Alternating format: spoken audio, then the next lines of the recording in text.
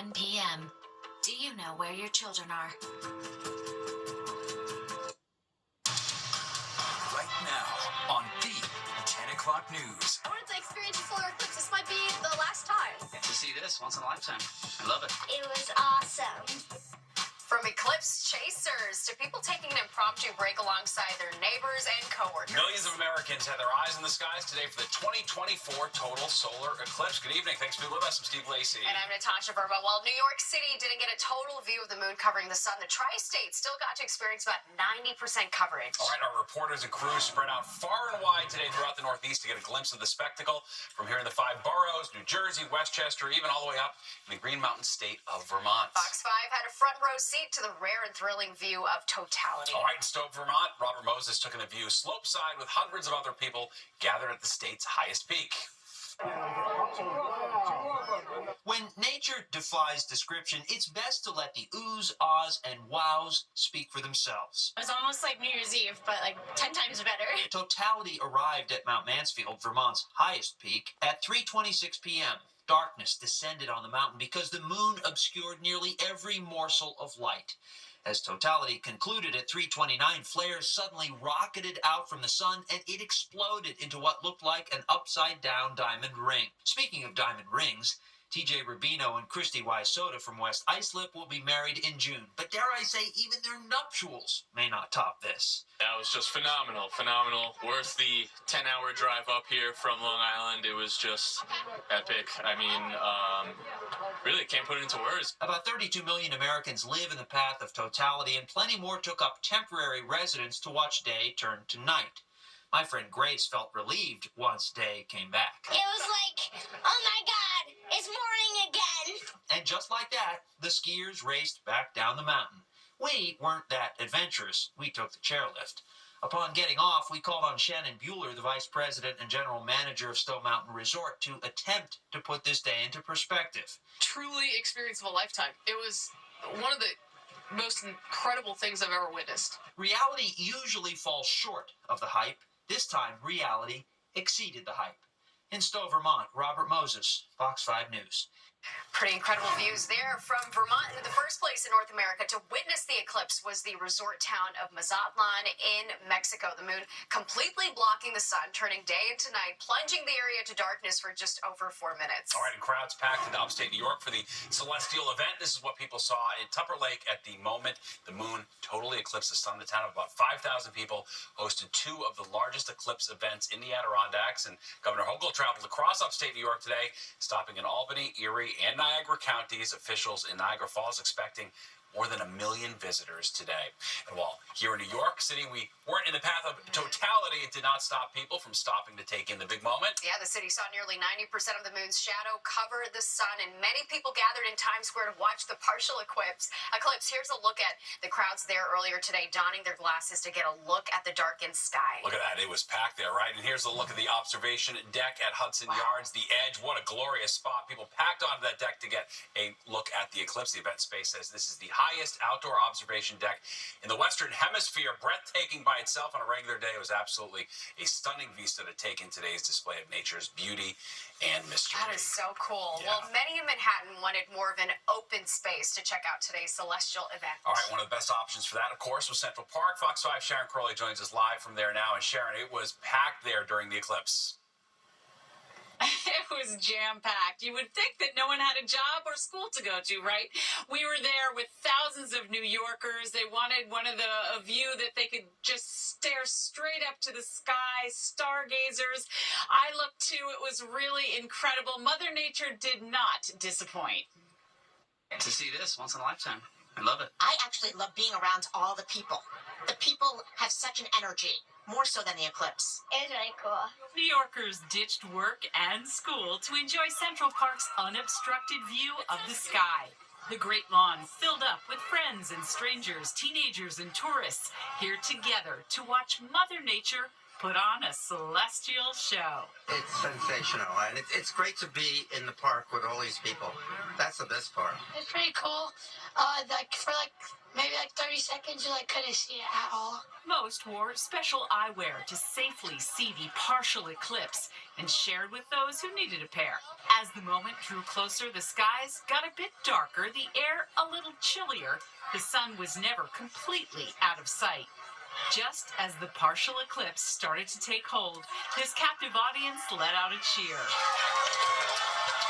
This was a very special experience, and being surrounded by so many people here on the Great Lawn in Central Park really enhanced this moment. It was very cool and very special. I thought it was beautiful, a little anticlimactic, just a little bit. We saw beautiful light through this. A little further south in the park, under the cherry blossoms, another special event was unfolding between Andrew and Carol. With the family watching, as you can see, she said yes. The proposal coming on the same day as an historic event, only adding to this couple's happiness. Very special day for a very special girl. How do you feel? Amazing. Well, they didn't tell me when the big day is, but maybe, guys, in another 40 years or so, which is apparently the next time we're going to have a historic event like this that we can see from New York City, maybe they'll renew their vows under those same cherry blossoms. Either way, we at Fox 5 are wishing the happy couple many years of happiness. I'll send it back to you in the How studio. poetic. Yeah, Wow. indeed. They seem happy for sure. All right, thanks, Sharon. Upwards of 10,000 people went to the Liberty Science Center for today's spectacle. They came together to look through telescopes and behold nature in a spectacular way. Fox 5's Teresa Friello takes us to Jersey City. Deepest moment in the eclipse. Whoa! There may not have been totality at the Liberty Science Center, but there was unity. A collective cheer and wow when 3:25 p.m. approached, and 90.6% of the sun was covered by the moon. It's a real astronomy experience. You're really seeing the physics and the ballet of the moon blocking the sun. It really drives home the fact that we're on these moving bodies in space. Upwards of 10,000 people visited the Liberty Science Center in Jersey City to catch a glimpse of the eclipse. Was the eclipse what you thought it would be? It wasn't kind of, but it's more cool than you see it, and then we're seeing with these glasses, the telescope, and just different experiences. I think it's pretty good. I feel like it's an experience to come together, and I saw people waving at the sun and doing all those kind of things. It's just a happy environment to be in. There seems to be consensus, even with 10% of the sun showing, this was still a really cool experience. One that can't be duplicated or fabricated on an iPad or TV screen. You had to be here in person to witness it. The darkening of the sky, the chill from the lack of sun, and the buzz that came when 90% of the sun went away. We weren't sure if it would actually get darker because, 11, 10% of the sun was still going to be showing. But it was interesting. I think we all noticed how it got kind of dim during it. And so, but I think we were really lucky that we got so much kind of the sun blocked out without having to travel that far. They ended the day inside in the planetarium, listening to Pink Floyd's Dark Side of the Moon while watching a light show. If you missed today's experience, you can try again next year. There's going to be a partial eclipse, but it won't present the same way as this experience. If you want what you saw today in the exact same spot, well, you're going to have to wait until 2079. At the Liberty Science Center in New Jersey, Teresa Priolo, Fox 5 News. And in New Jersey, the eclipse felt extra special for a group of fifth graders at Harding Township School. The students had to convince educators to let them watch this rare event, and they did that by going old school and actually writing letters to the school board. Well, it worked. The school gave them half a day off. I think this was a wonderful connection for our students to experience science phenomena in real life and also develop their sense of agency and voice. More than 6 districts in New Jersey closed early today to allow kids to experience the eclipse. Well, it was a day outside for hundreds of students in Comac, Long Island. They took their class to a football field for an eclipse viewing party. All right, Fox 5's Jody Goldberg got their reactions to this once-in-a-lifetime experience. It was a field trip right outside the doors of Comac Middle School. No buses needed as hundreds of students opted to stay past the bell on Monday to watch the solar eclipse on the football field. I wanted to do the eclipse with all my friends. Some made moon sand while others took part in a plate toss to simulate the moon covering the sun.